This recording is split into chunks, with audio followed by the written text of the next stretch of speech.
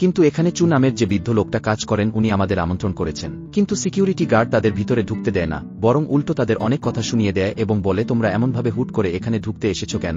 তারপর গার্ড মিমিকে জিজ্ঞেস করে তুমি কি মিস্টার চুর কোনো আত্মীয় যে এভাবে ভিতরে যাওয়ার দাবি করছো?